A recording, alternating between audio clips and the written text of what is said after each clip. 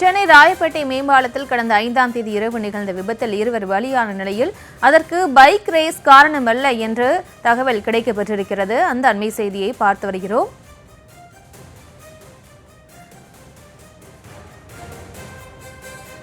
கடந்த 5ஆம் தேதி சென்னை ராயப்பேட்டை மேம்பாலத்தில் நடைபெற்ற விபத்தில் இருவர் பலியான நிலையில் அதற்கு பைக் ரேஸ் காரணமல்ல என்ற தகவல் கிடைக்கப்பட்டிருக்கிறது. அந்த அண்மை செய்தியை பார்த்து வருகிறோம். விவரங்களோடு இணைகிறார் நமது செய்தியாளர் முரளி. முரளி, வணக்கம். மேலும் விவரம். ராயப்பேட்டை மேம்பாலத்தில் நடைபெற்ற விபத்தில் பைக் ரேஸில் நடைபெறவில்லை என காவல்துறை விளக்கம் அளித்திருக்கிறது. நேற்று முன்தினம் இருசக்கர வாகனத்தில் சென்ற 2 நபர்கள் நேருக்கு நேராக மோதி விபத்துக்கு உள்ளானது. இந்த விபத்தில் 2 நபர்கள் சம்பவ இடத்திலேயே உயிரிழந்தார்கள்.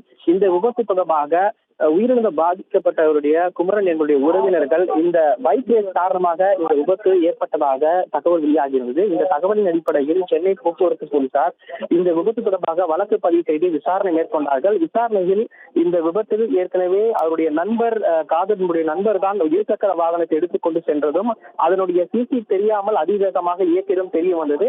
இந்த நிலையில் இந்த விபத்து தொடர்பாக பைக் ரேஸில் ஈடுபடவில்லை எனவும் சென்னை காவல் ஆணையர் உத்தரவுப்படி தொடர்ச்சியாக வாகன தணிக்கைகள் ஏற்படுத்தப்பட்டு வருவதாகவும் செய்திக்குறிப்பில் தெரிவிக்கப்பட்டிருக்கிறது.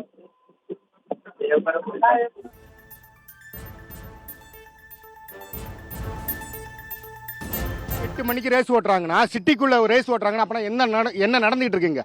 நான் என்ன கேட்குறேன், 7:30 மணி 8 மணி 11 மணி 12 மணிக்குனா கூட ஊரை சுற்றிட்டு வராங்க, ரேஸ் ஓட்டினாங்க, உளுந்தான் கீழே விழுந்தாங்க. 7:30 மணி 8 மணி 9 மணிக்கெல்லாம் என்ன நடக்குதுங்க சிட்டிக்குள்ள சொல்லுங்க?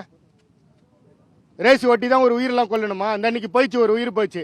அவங்களுக்கு 2 குழந்தை இருக்கு, 2 பொம்பளை பிள்ளை இருக்கிறாங்க. யார் பார்ப்பாங்க அவங்களுக்கு? என்ன நடந்துகிட்டு இருக்குன்னே தெரியல சார். பிரிட்ஜ் மேல நின்று கஞ்சா அடிக்கிறானுங்க. நான் ஓப்பனா சொல்ல கஞ்சா அடிக்கிறானுங்க.